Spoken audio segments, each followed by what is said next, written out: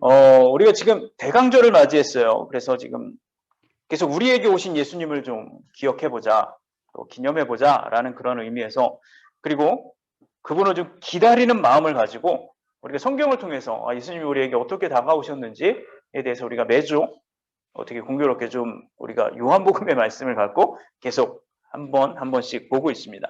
근데 여러분 한번 좀 잘 보십시오. 생각해보면 성경 여러분 자세히 읽어보면 대부분은 사실 예수님께서 사람들을 찾아가십니다. 예수님이 계속해서 사람들을 찾아가세요. 아픈 사람들, 귀신 들린 사람들, 병자들, 이런 사람들을 계속해서 찾아갑니다. 근데 여러분 한편으로는요, 그러한 예수님을 직접 찾아간 사람들도 있어요. 그냥 앉아서 예수님 오시기를 기다린 것이 아니라 자신이 직접 예수님을 찾아간 사람들도 성경에 기록되어 있다는 거죠. 누가 있을까요? 생각이 안 났. 이렇게 물어보면 누가 있을까요? 첫 번째로 자신의 종을 고치기 위해서 예수님을 찾아왔던 백부장이 있습니다. 기억나시죠? 내가 진짜 이런 믿음을 본 사람이 없어. 이 백부장의 믿음. 이 백부장이 뭐라고 이야기합니까? 당신이 말만 하면, 말씀만 하면 내 종이 낫겠습니다.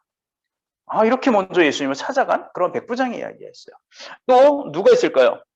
자기 딸에게서 귀신을 쫓아내주기를 바라고 찾아왔던 헬라인이자 수로보니게 족속이었던 그 이방 여자. 여러분 기억하시죠? 내 딸이 귀신 들렸습니다. 살려주십시오라고 했을 때 예수님 뭐라고 말씀하십니까?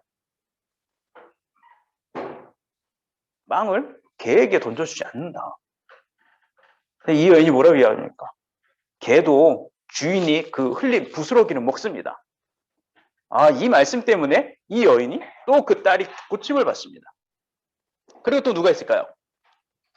친구의 중풍병을 위해서 친구를 메고 지붕을 뜯어놓은 4명의 친구들.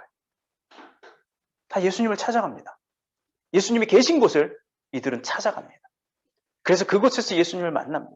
그냥 앉아서 기다린 것이 아니라 예수님이 계신 곳을 이들은 찾아가요. 그리고 오늘 또 본문에 나와 있는 이 마르다와 마리아 역시 오늘 예수님을 찾아가게 됩니다. 여러분 오늘 3절에 보면 이렇게 이야기하고 있어요. 나사로의 여동생 마리아와 마르다는 예수님께 사람을 보내 주님께서 사랑하시는 이가 병이 들었습니다라고 전했어요. 여러분 이 나사로와 그의 동생들은 과연 예수님과 어떤 관계였을까요? 생뚱맞게 그냥 아무 사이도 아닌데 그냥 예수님 오십시오라고 이야기했을까요? 아닌 것 같아요. 왜냐하면 분명히 이야기하잖아요. 주님께서 사랑하시는 이가 병이 들었습니다라고는 전제 조건이 있어요. 그냥 내 종이 병이 들었어요. 내 친구가 병이 들었어요가 아니라 주님이 사랑하시는 이가 병이 들었습니다라고 이야기합니다. 이건 누가복음 10장에 이들의 관계를 유추해 볼 수 있는 이야기가 나옵니다. 누가복음 10장에 이렇게 이야기하고 있어요. 예수님과 제자들이 여행을 하다가 어떤 마을로 들어갔습니다. 마르다라는 여인이 예수님을 자기 집에 모셔들었습니다. 마르다에게는 마리아라는 여동생이 있었고 마리아는 예수님의 발자취에 앉아서 말씀을 듣고 있었습니다. 여러분 이야기 아시죠? 마르다와 마리아의 집에 예수님이 들어가셨습니다. 근데 마르다는 뭘 합니까? 열심히 음식을 준비합니다. 근데 마리아는 뭐예요? 예수님 발밑에 앉아가지고 이야기만 계속해서 주고받는 거예요. 마르다가 화가 나갖고 예수님에게 이야기합니다. 저 마리아한테 좀 와서 나 일 좀 도와달라고 했어. 일 좀 제발 좀 너 가서 여기서 앉아서 떠들지 말고 가서 네 언니 좀 도와줘라고 좀 그렇게 좀 얘기 좀 해주세요라고 이야기. 예수님 뭐라고 말씀합니까? 야, 쟤는 제일 좋은 거 선택했어. 너 그냥 넌 네 일이나 해. 라는 바로 그 사건이 바로 이때 처음 예수님을 만나게 되어지고 관계를 맺어가는 겁니다. 자, 마르다는 마리아와 함께 예수님을 자신의 집을 초대했고요. 그분을 대접했고요. 그것으로 끝나지 않고 계속해서 관계를 이어갔어요.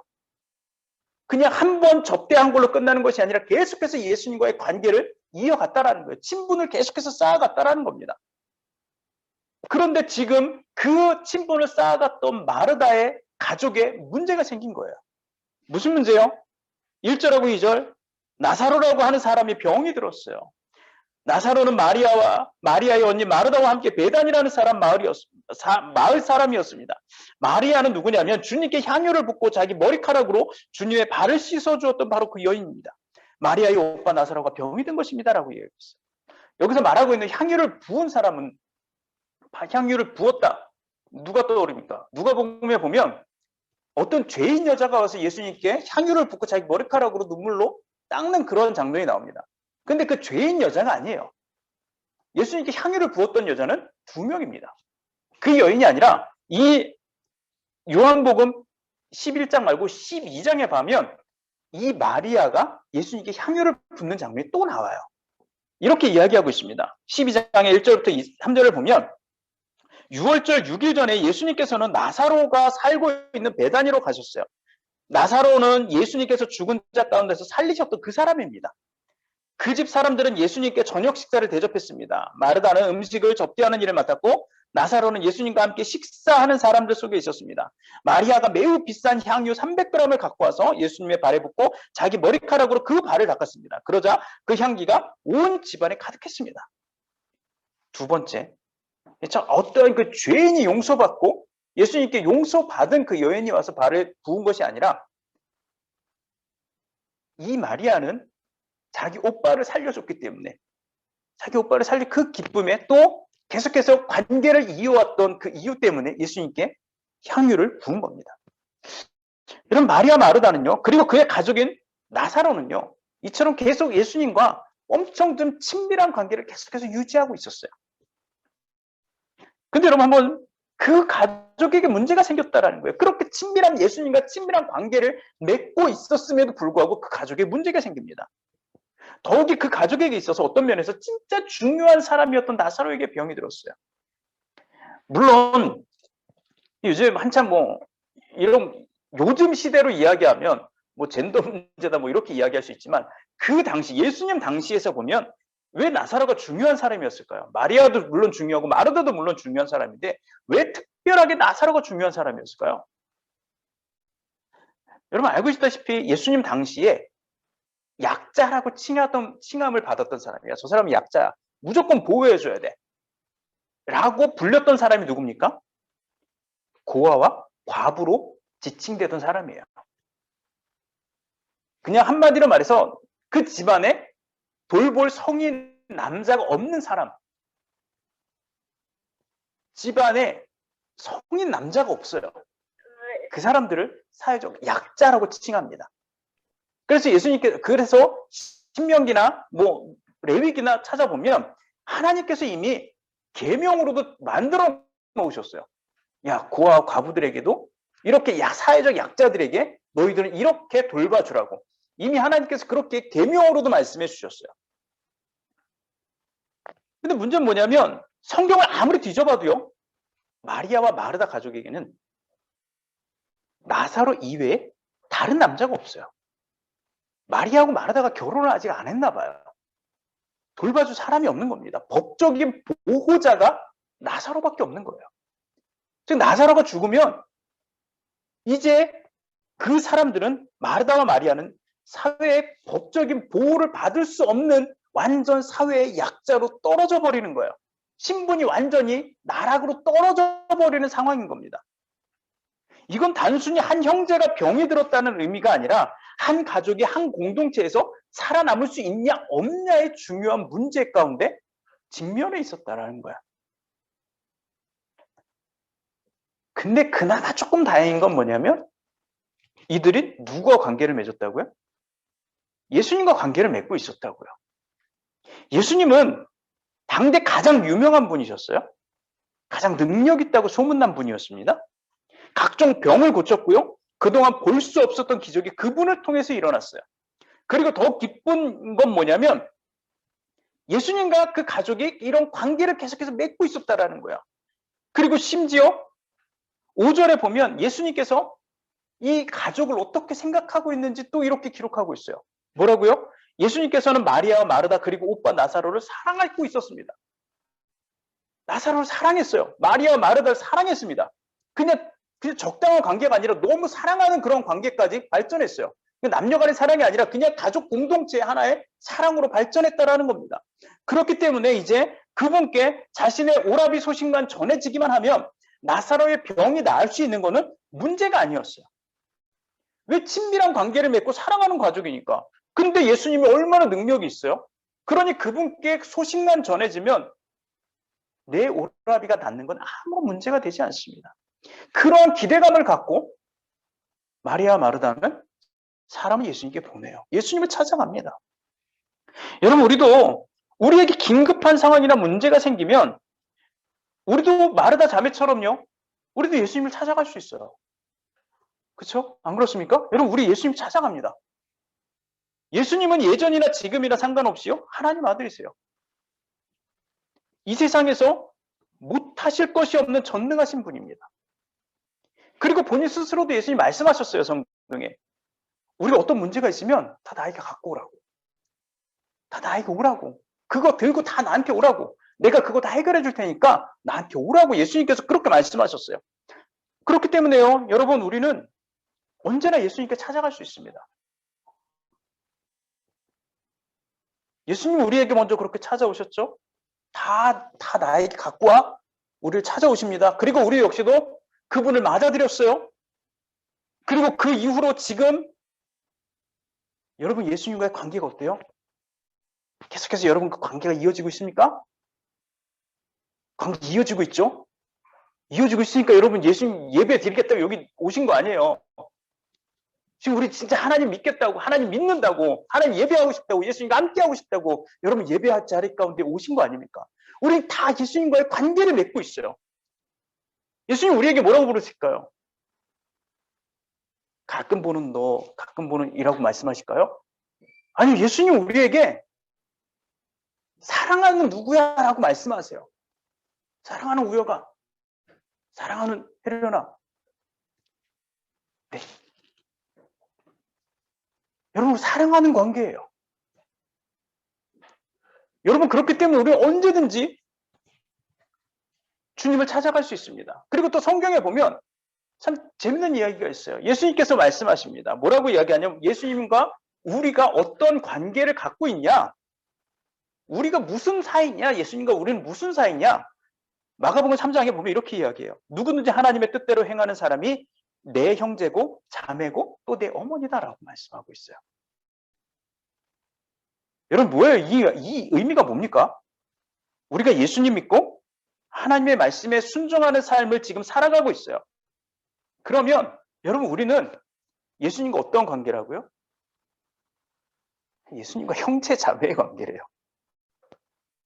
제가 이야기하는 게 아니라 성경에 예수님께서 말씀하신 겁니다. 우린 예수님과 형제 자매의 관계를 맺고 살아가고 있어요. 예수님과 한 가족의 관계로 이어져 있는 사람들이라는 거예요. 여러분 우리가 예수님의 가족이라면 뭐가 두려울까요? 두려울 게 뭐가 있을까요? 내가 예수님의 가족인데 내 형이 예수님인데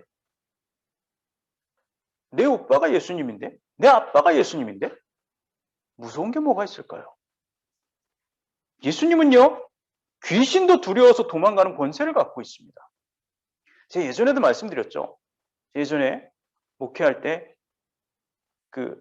이렇게 귀신 들린 분이 계셨는데 아무리 제가 해도 안 나가더라고요.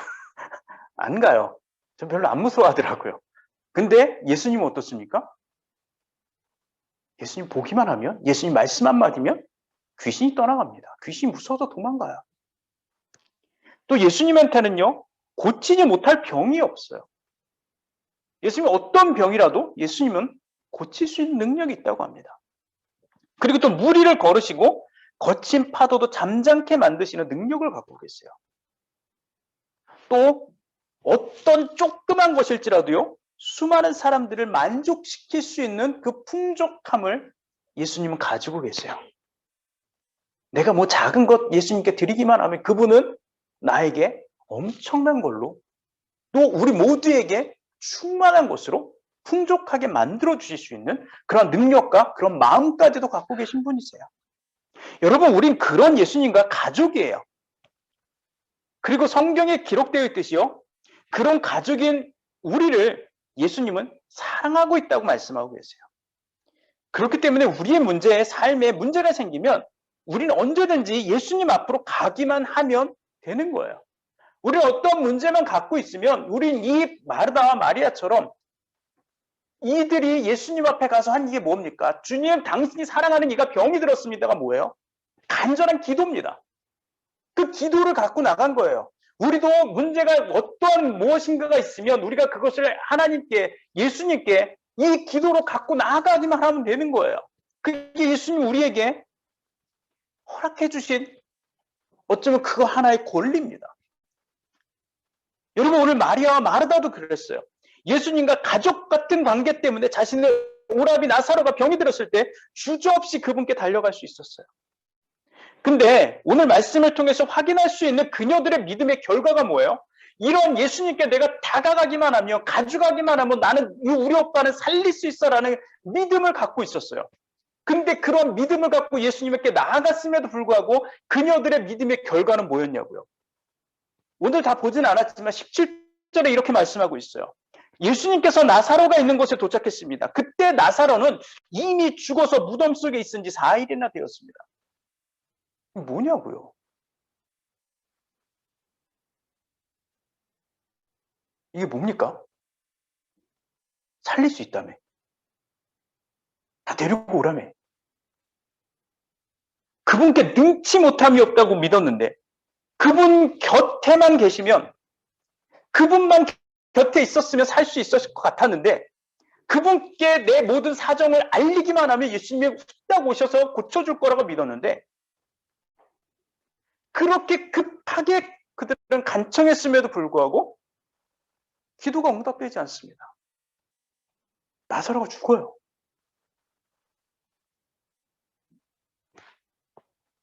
그 간청을 절대 들어주지 않아요. 그러면서 6절은 이렇게 이야기하죠.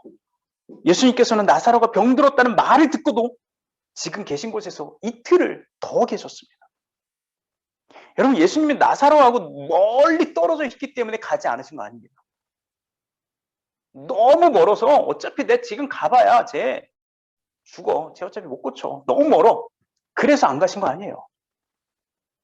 나사로의 병이 가벼웠기 때문에 야, 쟤 내가 굳이 안 가도 한 며칠 쉬면 나을 거야 라고 했기 때문에 안 가신 거 아닙니다.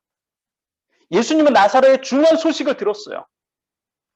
너무너무 긴급한 병이라고, 예수님 오지 않으면 이 사람 죽을 수도 있다는 이야기를 들으셨어요. 그럼에도 불구하고 가지 않으십니다. 일부러 늦게 갔어요. 마리아와 마르다의 간절함을 아시는지 모르시는지 그들의 기도에 응답하지 않으세요. 빨리 응답을 주지 않습니다. 여러분, 우리의 기도가 간절할 때가 있죠. 우리가 살아가다 보면 꼭 마리아와 마르다 같은 상황이 아닐지라도요, 그냥 살다 보면 어느 때 내 기도가 그냥 간절해질 때가 있어요. 뭐가 그냥 진짜 그냥 간절해요. 그냥 말 한마디가 나와도 너무 간절할 때가 있어요. 내 상황이 그러면. 여러분, 근데 한번 생각해 보세요. 그때마다 하나님의 기도의 응답이 빨리 왔습니까? 내가 그렇게 간절하게 기도했는데 하나님의 기도의 응답이 바로바로 왔어요? 분명 성경에는 우리의 작은 신음에도 응답하신다라고 분명 그렇게 약속하고 있는데, 무엇든지 다 구하면 다 이루어질 거라고 약속하고 있는데, 때로는 정말 우리가 간절하게 기도했음에도 불구하고요, 그 응답이 오지 않을 때가 분명히 있었어요. 저한테만 그랬나요? 여러분 안 그러셨어요? 저에겐 분명히 그런 때가 있었어요. 내가 그렇게 간절히 기도했음에도 불구하고 그 기도가 응답되어지지 않는 때가 있었어요. 그렇기 때문에 우리가 가졌던 그 소망이 내 안에서 사라져버리는 걸 경험한 적이 한두 번이 아니었어요. 여러분, 그러면 성경의 말씀은 다 거짓말일까요? 분명 그렇게 약속했는데 왜 기도의 응답이 이루어지지 않을까요? 여러분, 분명히 오늘 이 두 여인도요, 이런 의미를 가지고 있었을 거예요. 분명 예수님 우리를 사랑한다고 했는데, 그분은 우리 아주 친밀한 관계인데, 그분은 분명 우리 소식을 들었을 텐데 왜 안 오셨지? 이제 오실래나? 분명 사정이 있겠지. 그래도 제 시간에 오실 거야. 아니야, 오실 거라. 오실 거야, 오실 거야. 그녀들은 기다리고 기다렸을 거예요. 근데 그분은 제 시간에 오지 않아요. 나사로는 결국 병을 이기지 못하고 숨을 거둡니다. 그리고 무덤에 묻혀요. 그녀들의 모든 소망이 완벽하게 사라집니다. 모든 기대가 완벽하게 꺾입니다. 예수님만 오면 살 수 있을 거라는 그 희망이 있었는데, 그 기대감이 있었는데, 예수님 결국 오지 않아서 완벽한 소망이 사라집니다. 무덤의 문을 닫아버렸어요. 이제 다시 나올 수 없습니다. 다시 살아날 수 없어요. 모든 소망이 사라진 뒤에 오늘 성경을 보니까 예수님 그때 오세요. 모든 소망이 다 사라지고 나니까 비로소 그때 오십니다. 여러분, 우리의 간절한 기도가 때로는 바로 이렇게 응답되지 않았던 이유가 저는 이와 같다라고 생각합니다. 사실 우리도요, 마르다처럼 기도를 통해서 때로는 기대감을 가지게 됩니다. 그리고 그 기도를 통해서 우리 스스로가 위안을 삼아요. 내가 이만큼 기도했으면 됐겠지? 내가 이만큼 기도했으니까 이 문제가 해결되겠지? 내가 이렇게 했으니까 뭔가 이제 조금 변화가 생기겠지? 우린 기대감을 갖습니다. 물론 우리가 기도를 통해서 이와 같은 기대를 갖는 것이 잘못된 것은 아니에요. 하지만 여러분, 예수님께서 우리에게 주시고자 하는 것은요, 그냥 조그만 것에 대한 기대가 아닙니다. 완벽한 소망을 회복하고 성취하는 거예요. 즉 예수님께서 우리에게 알려주고 싶고 진짜 주고 싶은 건 뭐냐면 단순히 그냥 꺼져가는 것을 회복시키시는 예수님, 소망이 사라져가는 것을 회복시키시는 예수님이 아니라 완벽하게 꺼져버린 거, 완벽하게 잃어버린 소망까지도 하나님은 다시 회복시킬 수 있는 분이야. 네 안에 꺼져버린 그 소망이 있다라면 그것을 온전히 다시 회복시키고 부활시킬 수 있는 분은 바로 예수님이야. 예수님 바로 그런 분이라는 걸 여러분들이 알았으면 좋겠어라고 우리 주님 그것을 알려주고 싶으시다라는 거예요. 그래서 내가 잃어버렸던 그 소망을 다시 한번 찾아낼 수 있도록, 그래서 그것들을 온전히 성취할 수 있도록 만들어주길 원하시는 분이 바로 예수님이라는 거예요. 여러분, 오늘 예수님은요, 나사로를 통해서 단순히 그냥 꺼져가는 희망을 지켜주는 분이 아니라 완벽하게 꺼진 희망마저도 살려낼 수 있는 분이라는 걸 사람들에게 보여주시기 위해서 예수님은 그냥 그 자리에서 지체하세요. 그냥 나는 꺼져가는 걸 살리는 사람이 아니야. 완벽하게 꺼진 것도 다시 일으킬 수 있는 사람. 그런 존재가 바로 예수님이야. 그런 존재가 바로 나야. 예수님 바로 그걸 알려주길 원하신다라는 거예요. 여러분, 지금 혹시 나에게 꺼져가는 희망이 있습니까? 여러분에게 혹시 꺼져가는 희망이 있을까요? 뭔가 기대하는 게, 아니요, 완벽하게 꺼져버린 희망을 혹시 그런 것들이 있을까요? 내 안에 좀 이런 소망이 있었는데 그걸 그냥 완전히 이제는 끝났어라고 덮어버린 것들이 있을까요? 예수님께 지난 시간 동안 간절히 기도했지만 응답이 없어서 그냥 사라져버린 소망이 혹시 나에게 있습니까? 이제 그 소망을 회복시키실 예수님을 좀 기다렸으면 좋겠어요. 죽은 것 같은 내 소망을 완벽하게 부활시키실 그 주님을 우리가 좀 한번 소망하면서 기다렸으면 좋겠어요. 여러분, 우리가 사실 올 초에 여러분들 다 계획 세우셨죠? 우리 짧게 한번 보자고요. 올 초에 계획 세우고 올 초에 좀 이런 일들이 좀 나에게 일어났으면 좋겠습니다. 이런 일들이 하나님께서 나에게 좀 행하셨으면 좋겠습니다. 소망들이 분명히 있었을 겁니다. 하지만 이렇게 한 해가 끝나는 시간까지 그것들이 이루어지지 않은 부분들이 분명히 있을 거예요. 어쩌면 하나님은 우리가 그 소망을 완벽하게 잃어버릴 때까지 기다리신 것일 수도 있다는 마음이 들어요. 저도 분명히 새해 초에 하나님의 말씀으로 받았던 소망이 있었어요. 하나님께서 이렇게 행하실 거다 라는 기대감이 있었고 소망이 있었고 하나님 정말 나에게 그렇게 행하실 것이다 라는 분명한 믿음이 있었어요. 하지만 지금 한 해가 다 끝나는 이 시간에 돌아보면 별로 그것들이 이루어지지 않은 것 같아요. 오히려 어쩌면 그 말씀에 반대 방향으로 내 삶이 좀 흘러간 것은 아닐까라는 그런 부분도 사실 없지 않아 있습니다. 하지만 그렇다고 해서요, 실망하지 않아요. 왜요? 하나님께서 주신 말씀이라면 분명히 당신이 그것을 회복시켜 주실 것일까요? 그것을 완벽하게 주님은 이루어내실 거니까요. 그 사실을 믿고 기다리는 거예요. 여러분, 오늘 이 마리아와 이 마르다, 이 나사로의 이 시간을 통해서 우리 다시 한번 기억해 봤으면 좋겠습니다. 그냥 예수님이 어떤 분이신지, 우리가 어떠한 예수님을 기다리고 있는 거고, 우리가 어떠한 예수님을 찾아가고 있는 건지, 그냥 단순히 나에게 주님 이거 지금 아니면 안 돼요 라고 하는 그 꺼져가는 그것들을 살리기 위해서, 붙잡기 위해서 내가 지금 주님께 나아가고 그 주님을 기다리고 있습니까? 아니면 진짜 완벽하게 꺼져버린 것까지도 완전히 살릴 수 있는 그 주님을, 그 능력을 우리가 기대하고 믿으면서 우리가 그 주님을 기다리고 있습니까? 우리 주님은 단순히 우리의 기대감을 충족시켜 주시는 분이 아니에요. 꺼져버린 완벽한 불씨도, 완벽한 소망도 다시 온전히 부활시켜 내실 수 있는 분이 바로 예수님이세요. 우리가 그 예수님을 좀 기대했으면 좋겠습니다. 그 예수님을 기다렸으면 좋겠습니다.